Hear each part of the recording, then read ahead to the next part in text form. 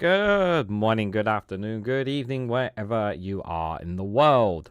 This is Reganelite here. Hello, everyone. How are you all doing? I hope you're all doing well. Welcome to the Snowflake Watch, episode 67 on the 13th of May at 2025 at 6 p.m. UK time. We are dual streaming live on youtube.com/Reganelite and on twitch.tv/Reganelite1, where we cover news from outside the UK. I think I said that already, but I'm probably on tape recorder mode. So I've got 6 news articles we're going to go through today. But before that, we're going to look at some videos regarding Trump. I've got one funny video for you guys, and of course the funny memes, because that's the main reason why you watch this series, is because of the funny memes more than anything else. I know that's the real reason, but I know some of you guys won't accept that. So, but before we go, into the articles, like I said, I want to show you guys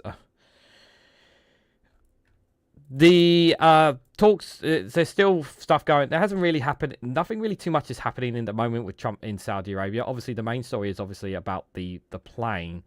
But I wanted to start by showing you guys this here. This was a couple of hours ago here. Donald Trump here, like, you don't even need the sound on. You can tell Trump having a hard time keeping his eyes open in Saudi Arabia. Yeah, he's really struggling. Yeah, poor Trump. You know, it's rough. It's rough being the president of the United States. You know, getting handed massive planes and trying to keep yourself awake there. You can tell he just really doesn't want to be there. Very, very, very cranky old man. Who made him president again? Oh yeah, that's right, the American people. Oh. And Donald Trump doesn't just fall asleep when he's not got anything going on. He appears to make other people fall asleep too. Here. World watching when Saudi Arabia joins us, and you'll be great. You can see Bassett there, looking to falling asleep there. Greatly honoring me, and you'll be greatly honoring all of those people that have fought so hard for the Middle East. And yeah, it's you know, and they just literally, like, I watched some of the speech before going live here. And it was just like they were just like clapping just for the sake of it, you know, because they know they can influence this man and they can influence America, and they have a lot of say in that. So they're literally just pandering to him, just like everybody else, you know, pander to Trump to a certain extent there. But yeah, he's very sleepy too. So let's talk a little bit about the plane before we go into the other stories, guys. I actually had a look at what the actual plane looks like, and that Trump has been given. It's like insane, and there is this argument, of course, that the Air Force One is basically long due to retirement, and they need a new plane. And I'm like, well, why has America never bothered to build a new one then? Like, retrofit a brand new one? Like, why have we had this one for so long? And you've never, like, they have the money, like America has the money to do it, but they just never bothered doing so. I don't know why they've never bothered doing so. But anyway, this is absolutely insane here from Republican Ryan Zinni on Qatar gifting Trump a luxury plane here. Gift, this grand gesture from Qatar, this luxury jet. You even have some Trump allies like Laura Loomer and Ben Shapiro are against it, even saying if this was Hunter Biden or Joe Biden, we would be going crazy right now. Even some Republicans in Congress have been speaking out against it. What do you think? The fact that Ben Shapiro, it was actually quite funny to see Ben Shapiro. I saw a clip from Brian Tyler Cohen showing Ben Shapiro basically kicking off about it, saying this is not something that Trump should be doing, because if it was anybody else, we'd be saying the exact same thing. And it's true. Everyone would be going absolutely insane, but they're trying to play it down like, oh, it's not a big diff. Everybody gets free gifts all the time. And it's true. They do get people do get free gifts all the time. But this is like this is a huge amount of money for and one of the most lavish planes that you will ever see in your life. It must be one heck of a jet. Because I was with President Trump, and the current aircraft is aged. Remember, during his first couple months in office, he went to Boeing and said, look, you're charging us too much, it's going to take too long.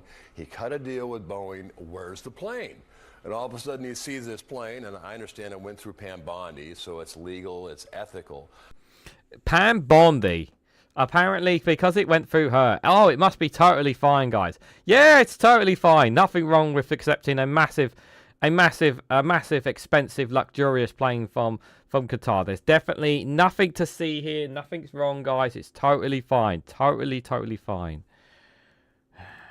Does it give the right message? Well, I hope Boeing looks up and goes, look, I got to deliver, but I got to say, it must be one heck of an aircraft.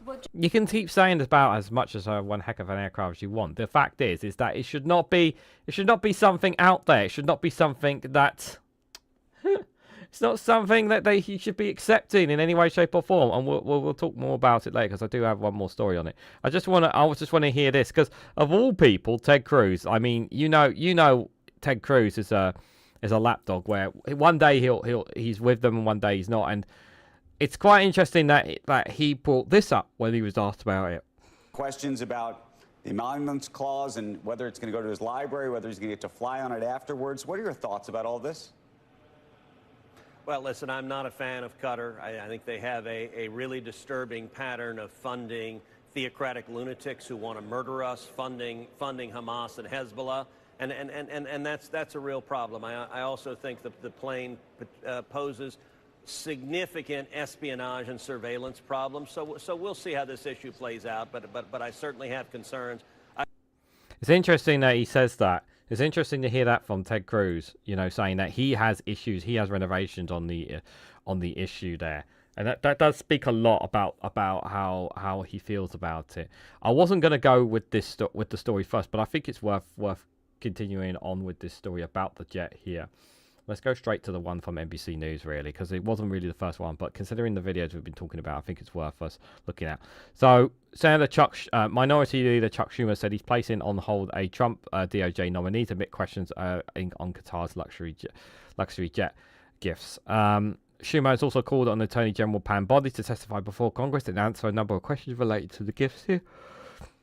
Let's listen to a little bit. I was listening to it earlier, but let's play a little bit here just on this. And now back to one of our breaking stories this hour. You are looking at live images from the Senate floor right now where Minority Leader Chuck Schumer is speaking. He just announced that he will put a hold on all Justice Department nominees until he gets answers on why the DOJ signed off on allowing the president to accept a Qatari jet as the new Air Force One. Let's listen.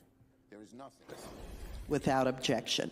Madam President, news of the Qatari government gifting Donald Trump a $400 million private jet to use as Air Force One is so corrupt that even Putin would give a double take. This is not just naked corruption, it is also a grave national security threat. So in light of the deeply troubling news of a possible Qatari-funded Air Force One, and the reports that the Attorney General personally signed off on this clearly unethical deal, I am announcing a hold on all DOJ political nominees until we get more answers. Yeah, good luck with that. He has very little powers. The Democrats have very little powers in all this. Like, it's not really something that I don't think is going to harm them. Yeah, and I'm glad that some Republicans are saying, this is a bit too much. This is a bit too much here. They really should not be gifted such a jet. And considering Qatari's links to Hamas, and they have links to Hamas and some Houthis and whatnot, that really does raise some eyebrows there as well. So yeah, I'm glad that there are some Republicans who are concerned about this as well. So, Senate Minority Leader Chuck Schumer As said that on Tuesday, he's placing a hold on all Trump Justice Department nominees as he seeks answers on the administration's plans to accept a luxury jet from Qatar to be used as Air Force One. I honestly don't think it's going to get used as Air Force One, guys. It's just it doesn't have the doesn't have specifications. It doesn't have the security. It's just not suitable. It's just not suitable. It's a luxury plane. It's not something that's ideal for the president. In light of the deeply troubling news, we just read that. The minority presented a list of questions and demanded that he said the Trump administration must respond before he lifts his hold on nominees. President Trump has told the American people that this is a free jet. Does that mean that the Qataris are delivering a ready on day one plane with all the security measures already built in? If so, who installed those security measures? And how do we know that they were properly installed? Schumer asks, if this is, as President Trump promised, a free jet, will the Qatarians pay for those highly sensitive installations, or will the American taxpayer cover the cost? That's a very good question there about that. But I already said earlier, like, it makes, like, the Americans should be, if Air Force One is old and out of date, then they should be building a new one. I generally said that. That's what I think. Joe, good to see you there. I hope you're doing well. Schumer can't block these nominees with this tactic, but he can slow down their considerations. It is not clear if the judicial nominees would have already been held for various other reasons, considering the vast majority of Trump nominees have been held this way already. The Office of Legal Counsel at the Department of Justice prepared a memo declaring that the acceptance of the plane was legal. A senior DOJ official told NBC News on Monday DOJ declined to release the memo, which Attorney General Pam Bondi approved.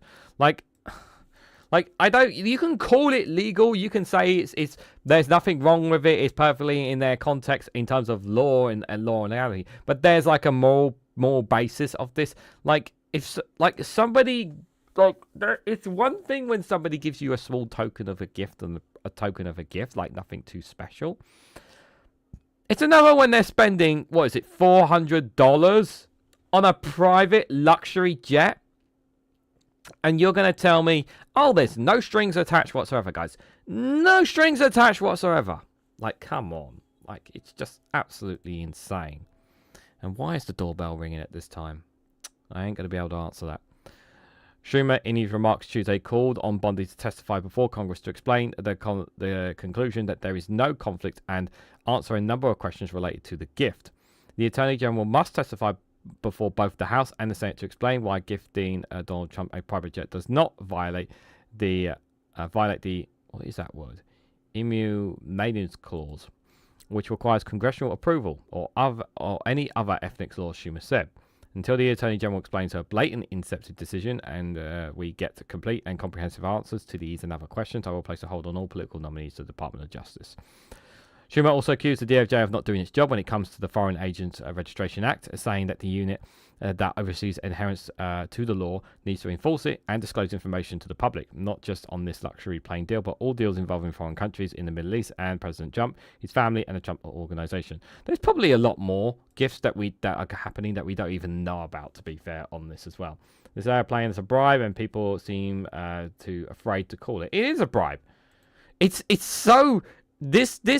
You are absolutely right, Joe. And this is the thing that's really infuriating. The mainstream media know it's a bribe, but they won't call it a bribe. Whether it's left wing or right wing or center or base, they won't call it what it is. It's a bribe. It's exactly what it is. It is a massive bribe, but they won't call it that. And it's so stupid because everybody else sees it as a bribe. Which, for comment on Tuesday, White House spokesperson said senior Senator Schumer and his anti-law and order party are prioritizing politics over critical DOJ appointments, obstructing President Trump Make Safe Again agenda. A crying Chuck must end his antics, stop Senate stonewalling, prioritize safety and civil rights of Americans. Sure. The Justice Department didn't immediately respond to a request for comment. Before leaving for his trip to the Middle East on Monday, Trump defended his decision to accept the airplane gift, which he called a very nice gesture. He also said it would eventually be decommissioned, and it would be decommissioned and be given to his presidential library. So it's not even going to the American people. So, like, down the line, essentially what they're saying is that if Trump was to basically step away, if he does end up no longer being president, this plane will be given to him as a gesture of goodwill. It's not actually going to the American taxpayer, the next president. No, it's actually going to Donald Trump. Now, I could be a stupid person and say, oh no, we don't want a free plane, he told the reporters at the White House. I would never be one to turn down that kind of an offer. Yeah, but it's a bribe. Bahrain had already been working on a plane to deliver Air Force One replacements, but the process has been delayed and this has been over budget. The company CEO told CNBC in January that it was working with Elon Musk to deliver them sooner than expected. Should just build a new plane. Just build a new plane. Like, they should just build a new plane at this point. Meanwhile, some legal experts have questioned how a gift from Qatar would follow Trump out of office and could be permissible under the eliminations clause. Democrats and even some Trump allies have suggested the jet could be perceived as a conflict of interest. No, you don't say. Senator Ted Cruz, yeah, we just saw a clip from him. He said that it posed significant espionage and surveillance problems. Yeah, we heard from him already. Some Democrats have also questioned Bondi's involvement in the matter, as he has previously lobbied for the government of Qatar. Oh yeah, there's definitely no conflict of interest there, guys. People are making jokes about the golden plane. Yeah, I've seen some. I don't know if you've, Joe. I've seen some of the footage of pictures of inside the plane. It's absolutely insane. The luxury of it. It's just ridiculous. She was a paid agent of the Qatari government, a lobbyist before she became Attorney General. Senate Minority Whip Dick Doban said on Tuesday, we have questions about how we've asked about how she thinks she cleared the ethnic statement on her relationship with Qatar, and I think this plane deal is really with that front and center.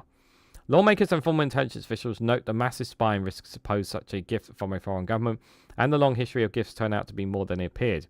In 1945, for example, Soviet children gifted the U.S. ambassador in Moscow a wooden carving of America's Great Seal and a listening device inside an object that was discovered 7 years later.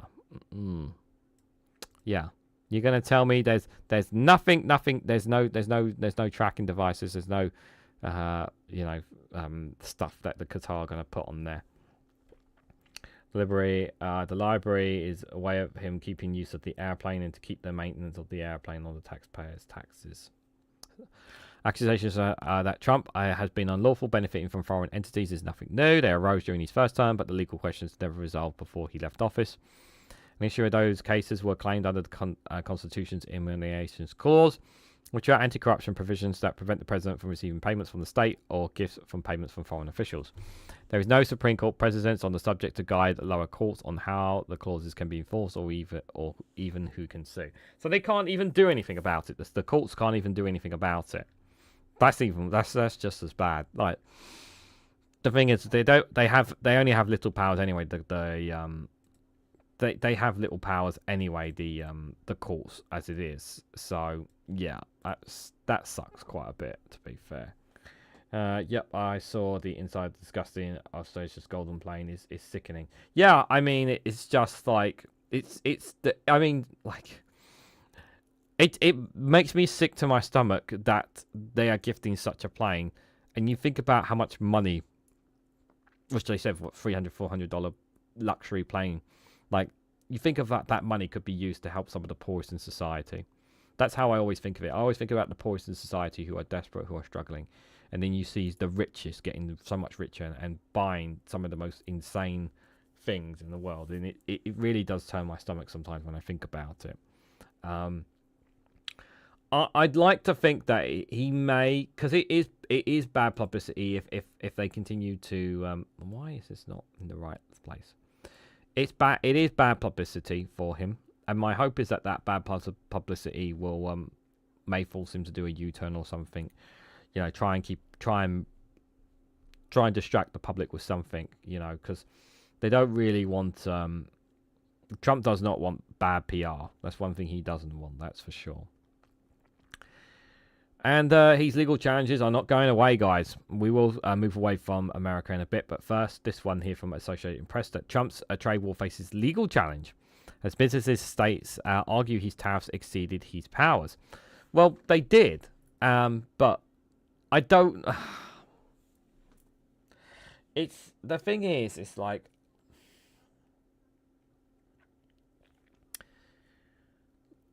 A part of me is like, I totally respect the decision for businesses to try to take the Trump administration to court.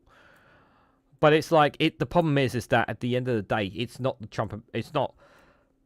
it's not Donald Trump who pays out. It's the American taxpayer.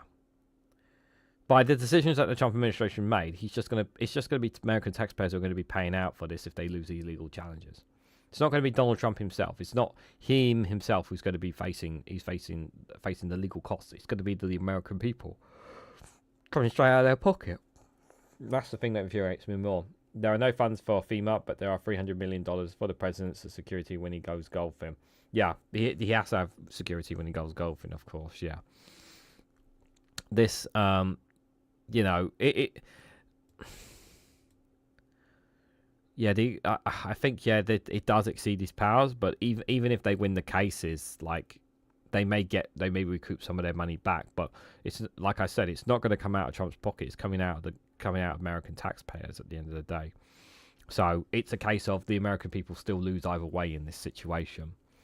Like, don't get me wrong, I'm happy he's rolled back on the tariffs in China. Like, that's really good, but the American people are already going to suffer as this. Why is...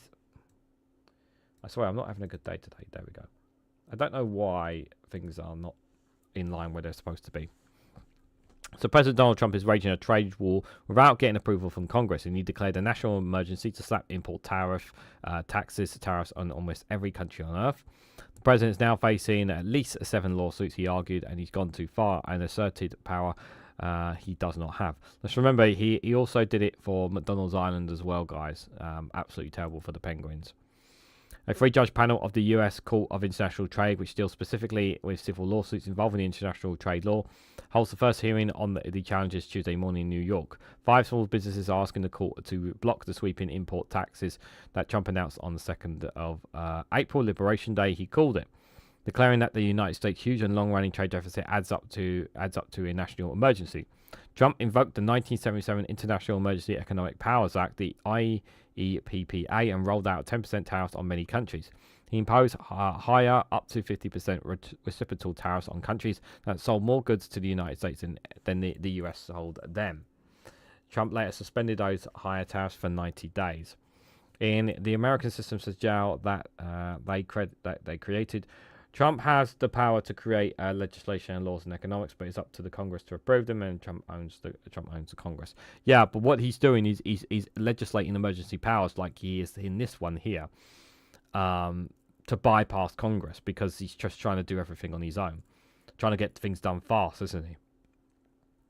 In Europe, UK included, the government presented proposals of laws to the Parliament, and the President or King is the merely to ensure the laws of the state and the Constitution are respected, says Zhao there. Thanks for that as well. In the US, the president assumes that the job of presenting laws, yeah. But he's enacting emergency powers, like the illegal Alien Act. Like he's using these illegal powers just to bypass all this, to try and do everything by himself. Trump's tariffs rattle global markets and raise fears that they would disrupt commerce and slow US and global economic growth. Yeah, he was told that America was going to suffer. He had to stop this. Jeffrey Schwab, senior counsel and director of litigation at the non-profit Liberty Justice Center, said the president, is exceeding the Act's authority. The statuette doesn't actually say anything about giving the president the power to tariffs, and said Schwab, who was representing the small business. And it doesn't say the word tariff. In their complaint, the business also calls Trump's emergency a figment of his own imagination, trade deficits which have persisted for decades without causing economic harm. They are not an emergency. The US has, in fact, run a trade deficit, the gap between exports and imports, with the rest of the world for 49 years straight, through good times and bad. But the Trump administration argues that the courts approved President Richard Nixon's emergency use of tariffs in a 1971 economic crisis. The Nixon administration successfully cited its authority under the 1917 Trading with the Nominees Act, which preceded and supplemented some of the legal language used in IEPPA. But you're not even consulting with Congress or the court or the Supreme Court. You're literally just doing everything by yourself. Like, you're not even consulting them. That's the thing. Like, you're not even the checks and balances are not there in this situation. The legal battle against Trump's tariffs has created unusual bedfellows uniting states led by Democrat governors with libertarian groups, including the Liberty Justice Center. They often seek to overturn government regulation of business. A dozen states have filed suits against Trump's tariffs in the New York Trade Court. Kathleen Korsken, a professor and trade law expert at Georgetown Law, said Tuesday's hearing and another schedule for the state's lawsuit in the coming weeks will likely set the tone for legal battles over tariffs to come. If the courts agree to block the tariffs under the Emergency Economics Power Act, the Trump administration will certainly appeal. It strikes me probably that this probably is something that has to be decided by the Supreme Court, she said. And if the case is go to the Supreme Court, legal experts said it's possible the justices will use conservative legal doctrines they cited to rein in government powers claimed by Democratic President Joe Biden's administration to strike down or limit tariffs imposed by Trump, a Republican. But the U.S. Constitution gives the power to impose taxes, including tariffs, to Congress. But over the years, lawmakers cede power over trade policy to the White House, clearing the way for Trump's expansive use of tariffs. And some lawmakers now want to reclaim some of that authority they've given up.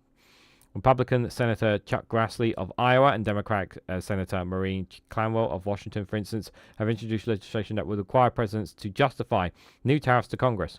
Lawmakers would then have 60 days to approve the tariffs, otherwise they would expire. But their proposals appears... No, we're good, thanks. Their proposal appears to stand little chance of becoming law, given most Republican lawmakers defend deterrence to Trump and the president's veto power. Yeah, because he owns Congress, and the Republicans in Congress are too scared to do anything about him. That train has left the station, said trade lawyer Warren Martorina, who was general counsel for the Office of the U.S. Trade Representation and the administration of President George W. Bush. Dietrich Neck, good to see you there. Hope you are doing well. If they want to turn to the pre-New Deal times of government before the Great Depression, when private companies did whatever they wanted, hence a depression, says Jal. We are all the parliamentary democracies. The US is a presidential democracy. Yeah, it's not really... I don't call America a democracy at the moment, the way it's being run. For now, many American businesses are struggling to cope with Trump's tariffs, which have lifted Americans' average tariff to the highest level since 1934, and even after a trade truce with China, which was announced on Monday, according to Yale University Budget Labs. Victor Swash of New York City has spent the last 39 years building a business importing wine and spirits from small producers around the world. The tariffs are hitting his business hard. His customers want regional wines from around the world, so he can't shift to American vintages, and the state requires him to post prices a month in advance, so it's tough to keep up with Trump's ever-changing tariffs. His business, VOS Selections, is one of 5 platinums in Tuesday's hearing.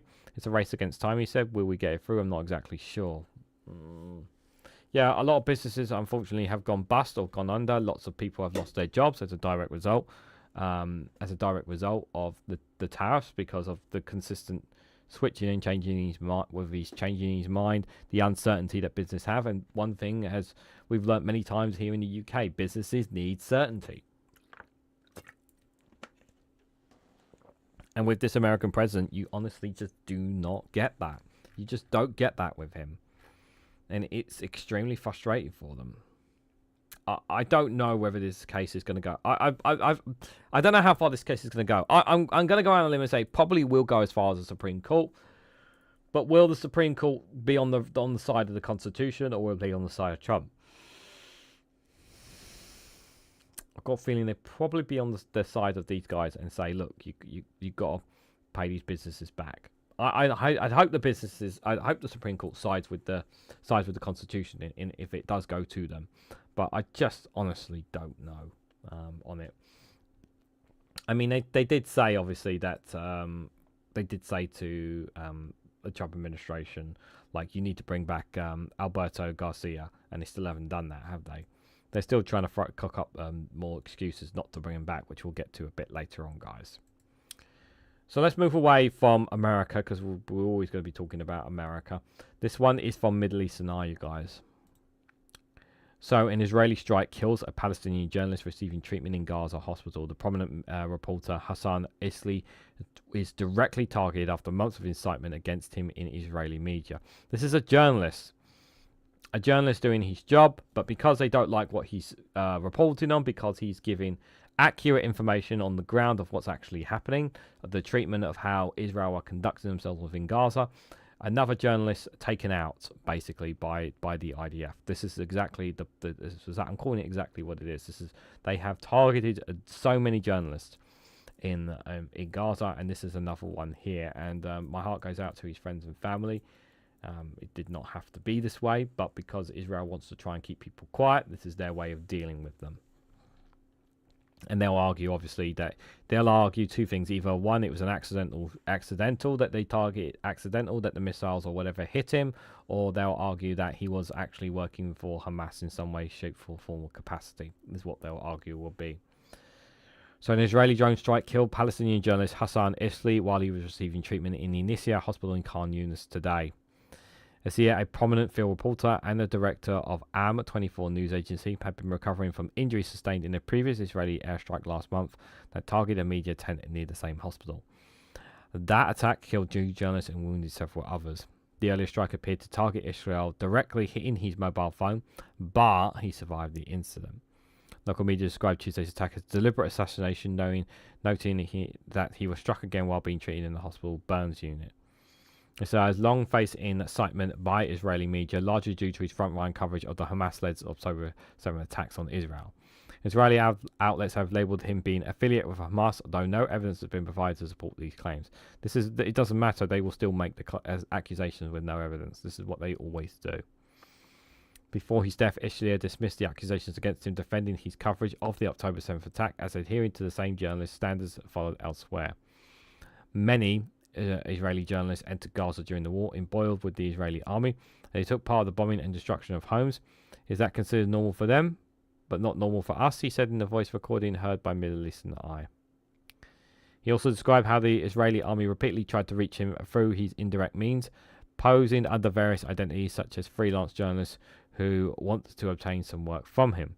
Lana said that Israeli media has also begun spreading numerous rumours about him, including false claims that he had planned to leave Gaza, something he insisted has never crossed his mind.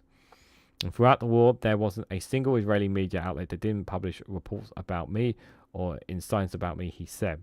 This caused me a lot of distress and impacted my work. They left me with no place to do my job. It says it kills the journalist. It sounds like he's alive. Must be somebody... this is probably... talking about this before he died then, probably. As a seasoned film reporter, Issar became a mentor and influential figure for aspiring journalists. Amin Askin, and contributor to Middle Eastern Eye, said that Ismail's influence on him was immeasurable. He was always one of those who took the initiative to help his colleagues, provide them with material, recommending names, and suggesting places where we could go film, he told MEE. He added that Israel was fully aware of the risks to his life, and he only hoped that his death wouldn't lead to the loss of other journalists around him. Additionally, Ashgar has been providing monthly financial support to the families of 2 media workers killed in last month's strike, which appeared to target him, according to Alzers. Honestly, no matter how much I say it, it will never be enough to honour him. Mourning his death, Alms24 said, with deep sorrow and sympathy, Alms24 news agency mourns the loss of its director, journalist Hassam Adal Fatih Islah, following his martyrdom in an Israeli airstrike that targeted Nisya medical complex in Khan Yunis just moments ago. Not the first time, won't be the last, says Deirdre. Yeah, it's true. It won't be the last. Isaiah became the 250th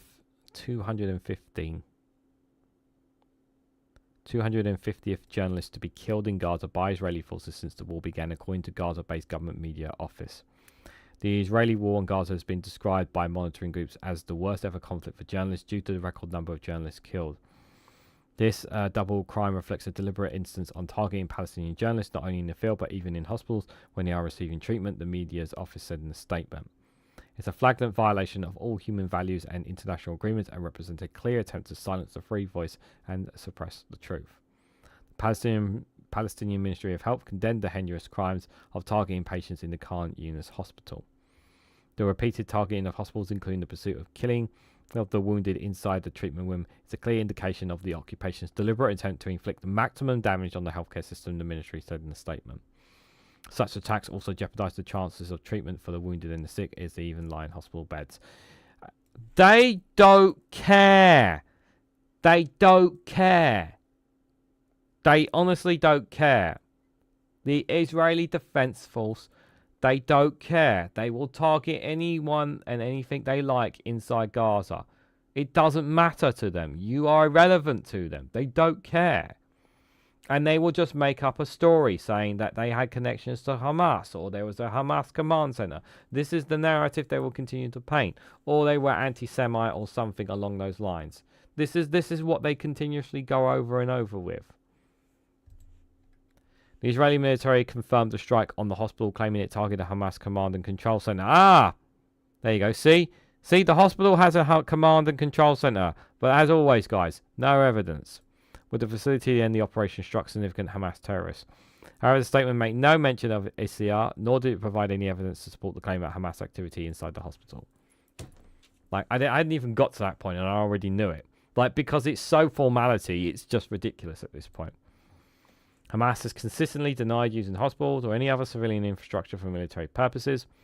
The Israeli military has frequently justified its attacks on civilian sites in Gaza, including hospitals, by alleging that Hamas uses them for military operations. Yeah, every single one that they have done, every single hospital, every single school that they've claimed this, they have never provided a single shred of evidence that have said, yes, these places are where Hamas have been. They've never provided evidence for them. Not bloody once, guys. Not bloody once. In March, a drone strike hit the Nisya hospital in Khan Yunis, killing 5 people and setting the emergency department on fire. Israel claimed the strike targeted Hamas officials using Hamas official Azlim, sorry if I can't pronounce his name, who was receiving treatment at the hospital at the time. As of April, repeated Israeli attacks have forced 27 hospitals across the Gaza Strip to shut down, according to the Palestinian Ministry of Health in Gaza. 27 hospitals. At least 1,192 healthcare workers have been killed by Israeli forces, either in airstrikes, in detention, or through target killings, including 96 doctors. Overall, Israeli forces have killed more than 52,800 Palestinians in the Gaza Strip since October 2023, including at least 15,000 children. An estimated 10,000 more people are missing or presumed dead, while nearly 120,000 have been wounded. It's much, much higher. I still think it's up to 80,000, 90,000. Yeah, the little people that live in the pine trees near my house are in fact agents of the Mountain King, and he's an ever that steal our lucky charms. Can I prove it? Well, prove it to me. Prove it to me. There was a Hamas command center under the clinic. It's the same thing. Yeah, this is the problem. Like, nobody's challenging Israel when they make these accusations. Never. Everyone just trots along like it's everything's fine, nothing to see here, just carrying on as normal. That's all it is. Just carrying on as normal. And it's like, no, it's not okay. And I have to keep, you know, it's just it's so demoralizing. It is so demoralizing when I think about it. Whenever, you know, I have to shut it out. Thinking about sometimes the Middle East, because it's extremely depressing. Because whenever I do the Snowflake Watch, guys, I do go through Gaza footage online, and it's hard. It's hard to watch it, but unfortunately, it's important. And I don't share, obviously, the horrific ones, but I have seen them, and it really does break my heart that the world doesn't do anything about what's happening in the Middle East. It really, really does. Another place that that not enough is being done is in Haiti as well, guys. So the Kenyan Dominican Republic signed an agreement to support a security mission in Haiti. Now, while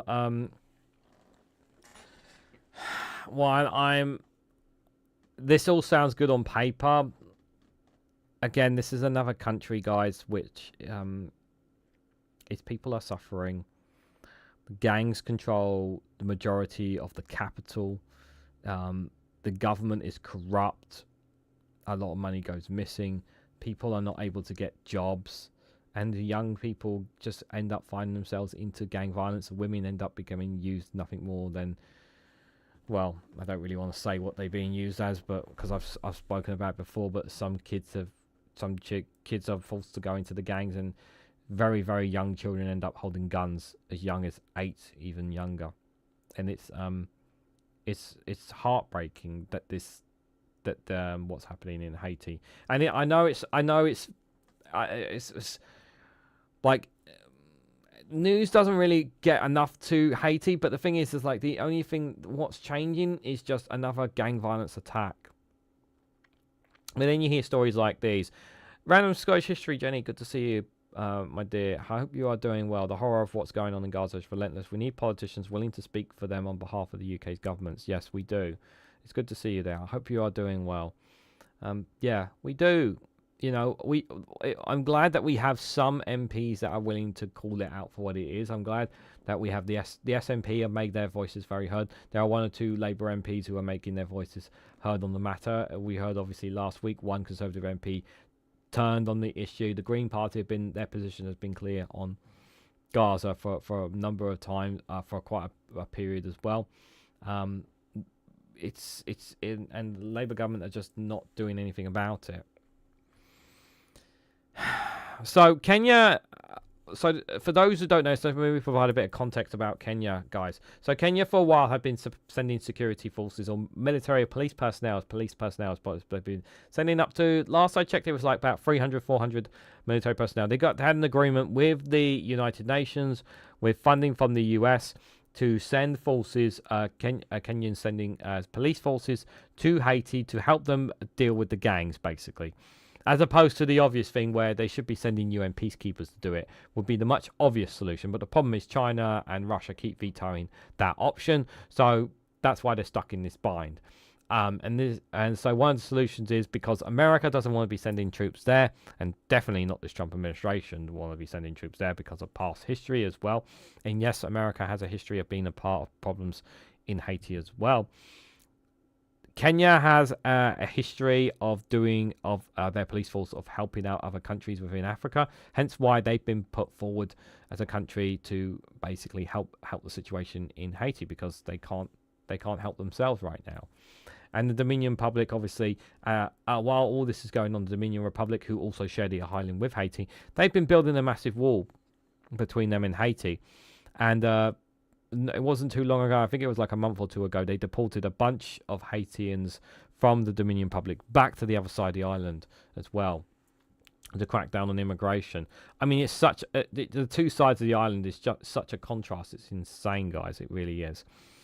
But this agreement here to support the security mission in Haiti, I mean, I don't know if it means Dominican Republic going to be putting boots on the ground to help out in some way, shape or form, but they need more bodies, they need more guns, they need more weapons, they need more supplies, whether it's the police force, whether it's the Kenyan forces, they need more bodies, because these gangs still have control, and people's lives are still being destroyed every single day while these gangs have control of most of the capital and other parts of the country.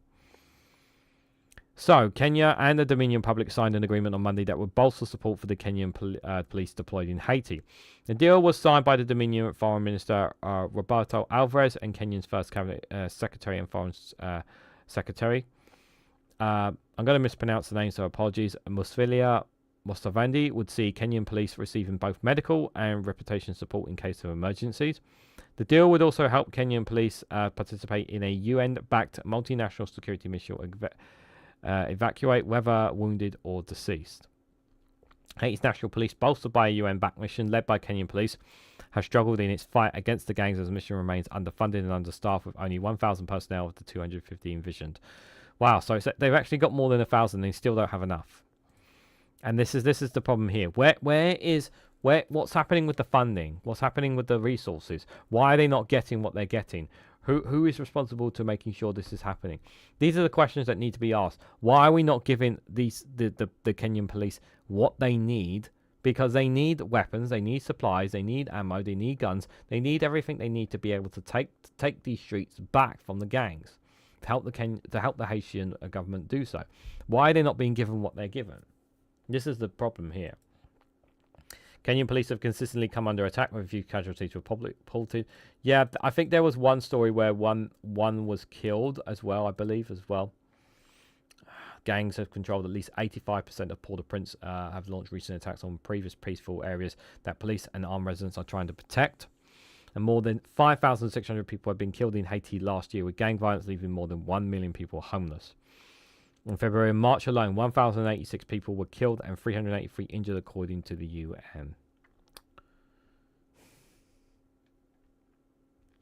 And the video is basically just a report of what from the article as well, guys. I actually talked with an Israeli living here for more than 20 years, says Jal, not a religious person, married a French lady, grandson of a rabbi. They told him the zealots are not religious. The zealots are not religious. They are idiots. I learned a lot about it talking with him. He works as a music teacher. Thanks for sharing that. Appreciate that. Yeah, I can't stand Zionist. I am unapologetic about it, says Deirdre there.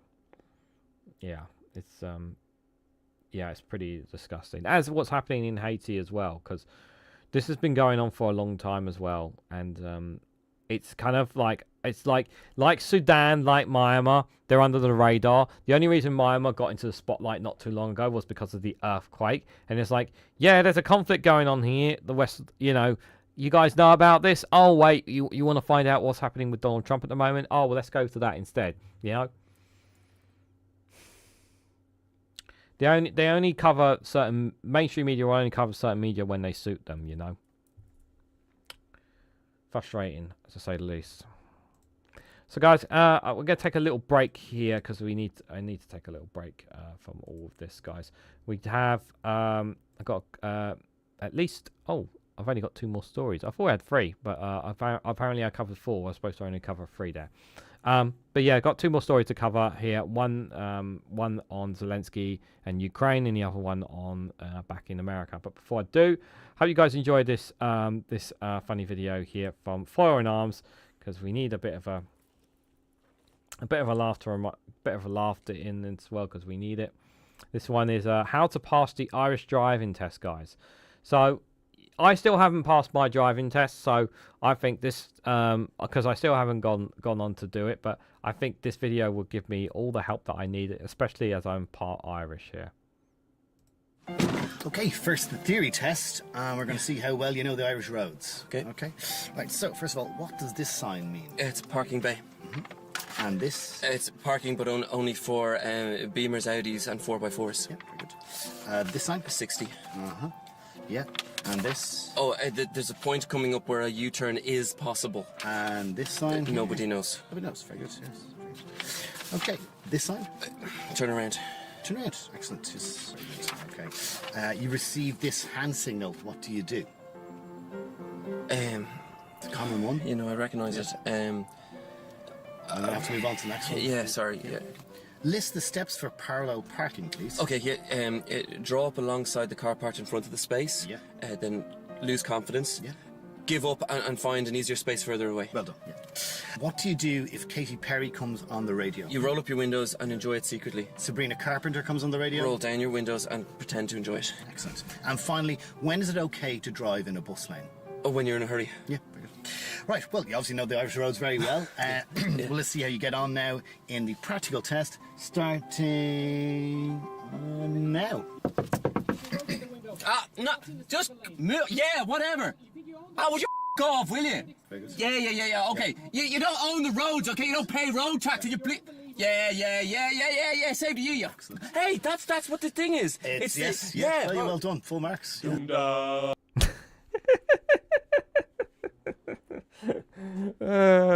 So that's what that does. I didn't know, guys. I didn't know. You learn something new every day.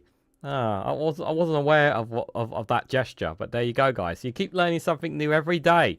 Grateful for Foil in Arms there. Link for the videos in the description. Do check out Foil in Arms on youtube.com/Foil in Arms. They've got over 1.1 million subscribers. Fantastic for them. So couldn't be happier for them. Get your Irish passport, says Joe. It's complicated. It's not as simple as that, I'm afraid. I wish it was that simple.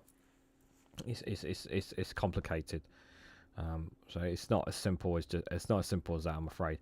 If it was much simpler, I would get it sorted. That is for sure. And just a reminder, guys, if you haven't already, please hit that like button, share it across social media, subscribe if you haven't to already, and do consider becoming a YouTube member for as little as 99p as well. All that stuff really does help support the channel. Thank you very much for doing so, and I really appreciate you guys being here. So this, it's coming closer and closer to Thursday. is this actually going to happen, guys? So Zelenskyy will have face-to-face talks in Istanbul, but will Putin? The Ukrainian leader will travel to meet Turkey's Erdogan and see if his Russian counterpart turns up. Now, I'm just going to put this flat out here. Putin is not going to turn up to this meeting. There's no way Putin is going to turn up to this meeting.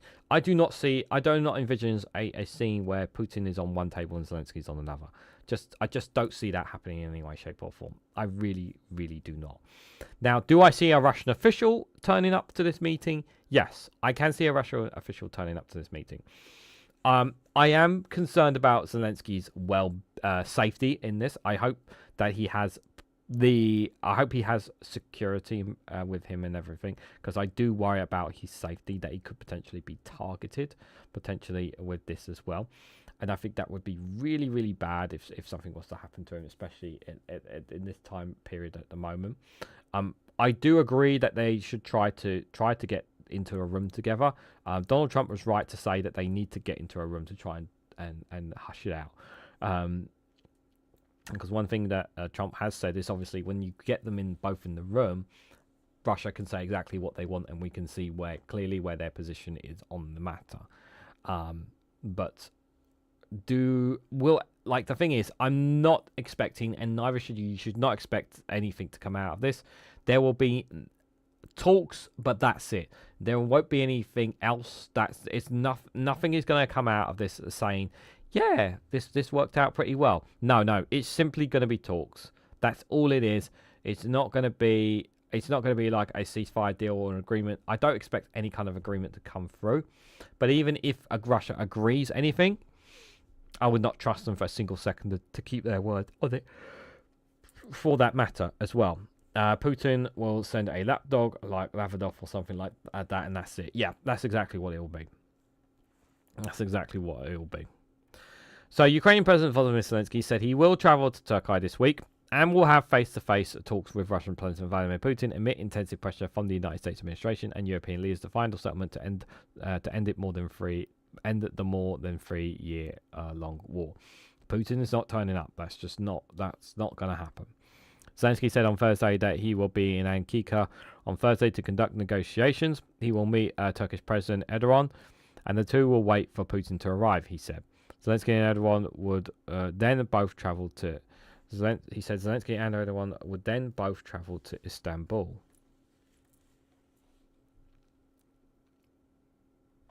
So Erdogan is pretty confident he's going to turn up. I don't think so. Putin has not yet said whether he will be at the talks he proposed. Moscow did not directly respond to Zelenskyy's challenge for Putin to meet him in person at the negotiating table. Kremlin spokesperson Dmitry Peskov again refused on Tuesday to tell reporters whether Putin will travel to Istanbul and who else might represent Russia at the potential talks. As soon as the president considers it necessary, we will make an announcement, Peskov said. Russia has only said it will send a delegation to Istanbul without preconditions. Yeah. I do think someone is going to come on behalf of Russia, but I just don't think it's going to be Putin. If Zelenskyy and Putin were to meet on Thursday, it would be their first face-to-face meeting since December 2019. Much has changed since then. Yeah, no shit. US President Donald Trump has urged the two sides to attend as part of the Washington efforts to stop the fighting. Trump has offered to join the talks himself. Yeah, we spoke about this morning on Good Morning. I'm still torn. Part of me is I think it would be nice if Trump could be there. But I don't know if he's going to be able to shift. He won't be able to shift the pattern at all. I don't think anyway. Trump said on Monday that he was thinking about actually flying over to Istanbul, attending the negotiations. That was welcomed by Zelenskyy, but there was no reaction from Moscow. All of us in Ukraine would appreciate if President Trump could be there with us at the meeting in Turkey. This is the right idea. We can change a lot, Zelenskyy said. Trump publicly asked Zelenskyy to attend after Putin on Sunday proposed the direct talks following a rejection of a 30-day ceasefire that Ukrainians' Western allies insisted should come first. The Ukrainian leader said he would, but that Putin should also attend in person. On Tuesday, his advisor, Makrio Polyoreks, reiterated that Zelenskyy would only meet Putin and no other members of the Russian delegation. Well, that's not going to work. Yeah, so we're not even going to talk then. No, you're going to be talking to a Russian delegation. You're not going to be talking to Putin.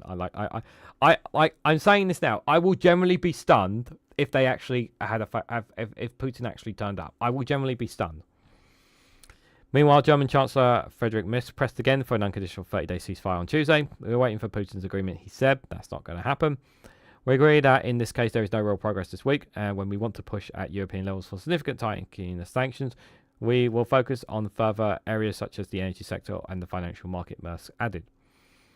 He welcomes Zelensky's readiness to travel to Istanbul, but now it's really up to Putin to accept the offer of negotiations and agree to a ceasefire. The ball is in Russia's court. Again, you know, he's not going to bow to any pressure. You can apply as much pressure as you want on Putin. He's going to do things his own way. Meanwhile, Ukraine says its air defences units destroyed all 10 of drones that Russia launched overnight on Tuesday. This is the lowest number of drones that Russia has launched in an overnight attack in several weeks. The Ukrainian military's general staff said as of 10 p.m. on Monday that there have been 133 clashes with Russian forces along the front line since midnight, when the ceasefire proposed by European powers was to come into effect. Ukraine's top commander was quoted by Zelenskyy as saying that the heaviest fighting is still gripping the Donetsk region, the focus of the Eastern Front, and Russia's western Kursk region 9 months after Kiev forces staged a cross-border incursion. Meanwhile, Russia accused Ukraine of attacking Belgorod, with Governor Yazvas Glazkov saying on Tuesday that Ukrainian forces used 65 drones and more than 100 rounds of ammunition to attack the region in the past day. It's a case of wait and see. We may bring this up tomorrow on the Snowflake Watch, perhaps as well, because obviously if there's a development, obviously we'll want to cover it. But I'm not holding my breath, and neither should you hold your breath with regards to this story, guys, if I'm honest. I will be delighted if they do have constructive talks. But again, I don't expect Putin to turn up. I expect the delegate, and I don't think Zelenskyy is going to talk to the delegate. I don't think he is. I would think that Putin and those around him would see it as a sign of cowardice, a lack of manliness not to attend an event that he's been called out by Trump. Yeah, but it's not. I don't see him doing that. It is true that he wants to see himself as a man of strength. That is true. I mean, I still personally would be surprised if he does turn up. I would be surprised if he does turn up. I guess we'll have to wait and see then, won't we, guys? We'll just have to wait and see on that. But yeah, I'll probably cover a bit more on tomorrow's live stream. Reminder, guys, I'm doing 3 live streams tomorrow. It's going to be a busy day tomorrow with, as usual, the Good Morning Show at 8 a.m. And then I'll be covering Prime Minister's questions at 12 p.m. And then we'll have the Snowflake Watch at 8 p.m. So do join me for those live streams if you can do tomorrow. If you've got any, be greatly appreciated. So it's going to be a busy one tomorrow, guys. Excuse me. The last story I've got for you guys is here. Abrego Garcia is a lawyer. This is from ABC News. Is challenging Trump's administration initiatives of state secret privilege. The DOJ said disclosing information on the case could cause significant harm. This is 100% bullshit from the Department of Justice. They've consistently claimed that he is a gang member of the. He has gang member signatures, that he's part of the what's the gang called again? Oh my god, I'm losing my brain today. God, I can't even. Yeah, MS-13. Thank you. There we go. MS-13. They've constantly claimed that he's a gang member of MS-13, but they have never, in any situation, they've ever provided it. They've never given any evidence that have claimed, shown for a fundamental fact that he's part of the gang. They had that Photoshop photo of MS-13 on his knuckles, which was clearly fake. Like, it's clearly fake. Like, even AI can do a better image than that one. But yeah, he's still being held there in El Salvador. But it was good a couple of weeks ago to see that he was alive and well, and that he's not been killed. And I think they've been told not to kill him as well, because obviously, if he was to die, it would have really bad. It would be a quite negative impact on the Trump administration if they were to do so. But it looks like the plan from the Trump administration is basically just to try and keep ignoring it and try and delay this case on him as much as they possibly can, basically. I think that's what their plan is for it. So attorneys for wrongly deporting Kilmar Abrego Garcia pushed back on the Trump administration's innovations of the state secret privilege in a court filing on Monday, saying that the government has produced no evidence showing that it has made the slightest effort to facilitate Abrego Garcia's release from detention in El Salvador.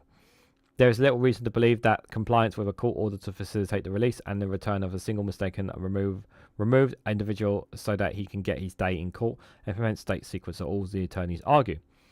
No military or international operations are involved, and it defies reason to imagine that the United States' relationship with El Salvador would be endangered by any effort to seek the return of a wrongfully deported person who the government admits never should have been removed to El Salvador in the first place, they said. Yep, they've already stated it. The government stated it. It was a genuine mistake, but obviously they've gone back on that, but they've already made that statement. The filings came a week after the judge overseed the case. The U.S. District Judge Zinis said in a court order that the Trump administration had involved the rarely used state secret privilege to shield information about the case. The judge Xingin has scheduled a May 16th hearing on the matter, so that would be this Friday. Abrego Garcia, a Salvadorian native who had been living with his wife and children in Maryland, was deported to March to El Salvador's CECOT mega prison despite a 2019 court order barring his deportation to a country due to fear of persecution. After the Trump administration claimed he was a member of the criminal gang MS-13, his wife and the attorney denied that he is an MS-13 member. The Trump administration, while acknowledging that Abrego Garcia was deported to El Salvador in error, he said that his alleged MS-13 affiliation makes him eligible to return to the United States. Based on what? Again, they've not provided any evidence for this. Judge Echeniz ruled last month that the Trump administration must facilitate Abrego Garcia's return to the United States and that the U.S. Supreme Court unanimously affirmed the ruling. With due regards to the defendant's own to the executive branch in the conduct of foreign affairs. Following the government's inaction, Judge Innes ordered several government officials to testify under oath through explicit discovery in order to resolve the matter, which prompted the administration to invoke the state secret privilege. Oh my God. Just give the guy back.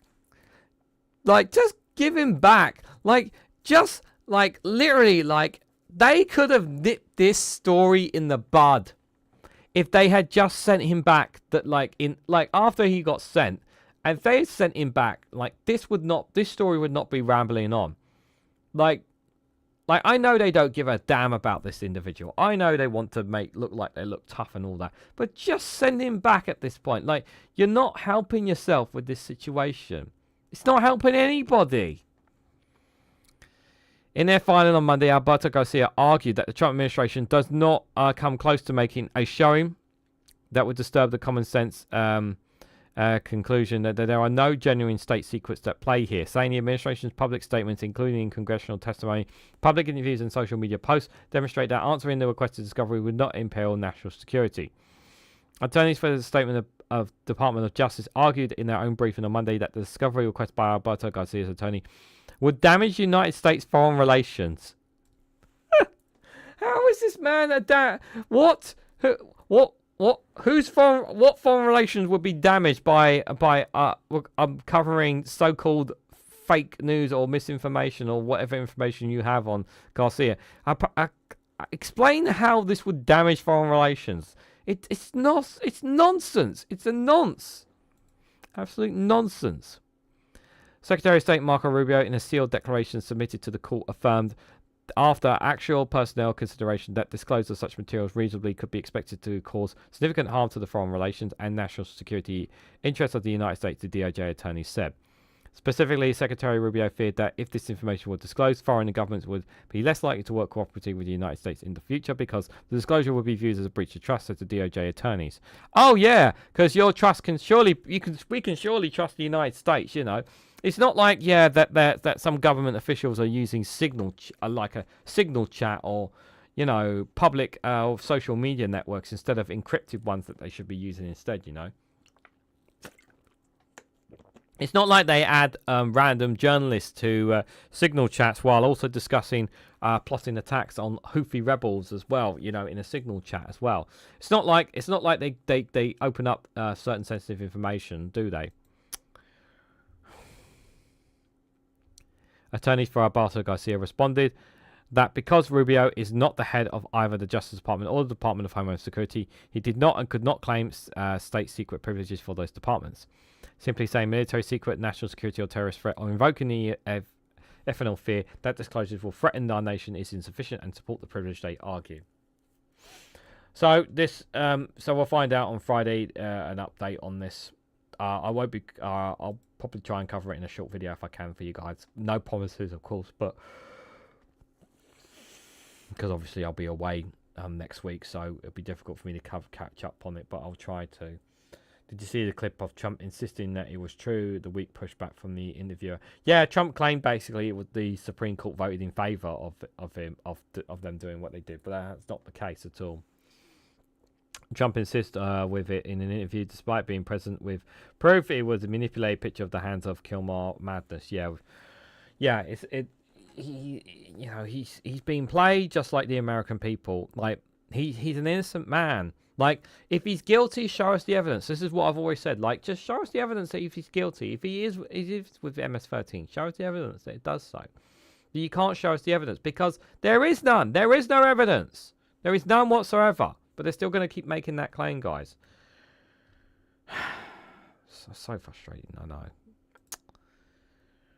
Right, guys. I think we before we head out here, because we've covered the stories for today, I think we should do some funny memes. We could do with some funny memes here. What do you guys think? I think we should have a bit of a laugh before we head out. Just a reminder that Max Robespierre hopefully will be going live at 8:30 tonight. So do check out his live stream tonight. And then, of course, like I just want to remind you again, I have 3 live streams tomorrow. One at 8 a.m. with the Good Morning Show with me.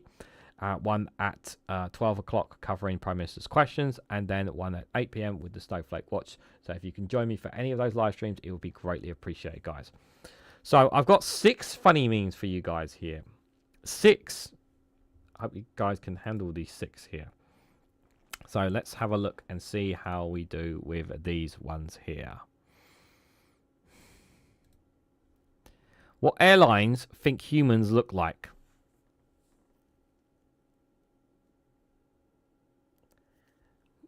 It's true. That's exactly what they think you look like. I tried starting a day without coffee once, and my court date is pending.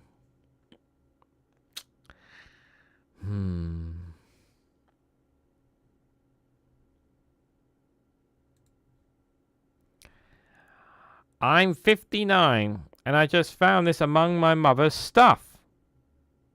Well, it took you 50 years to find it. So...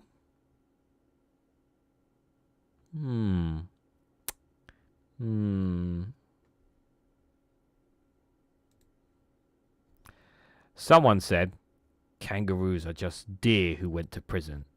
And now, I can't stop thinking about it.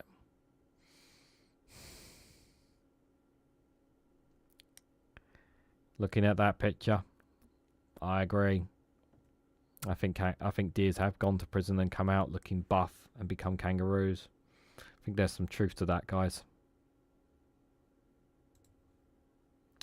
Me, I want to travel. My bank account. Where? To work.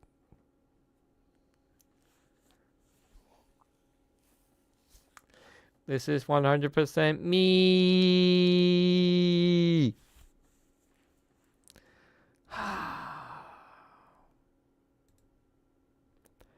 This plane is carrying a motherfucking spaceship.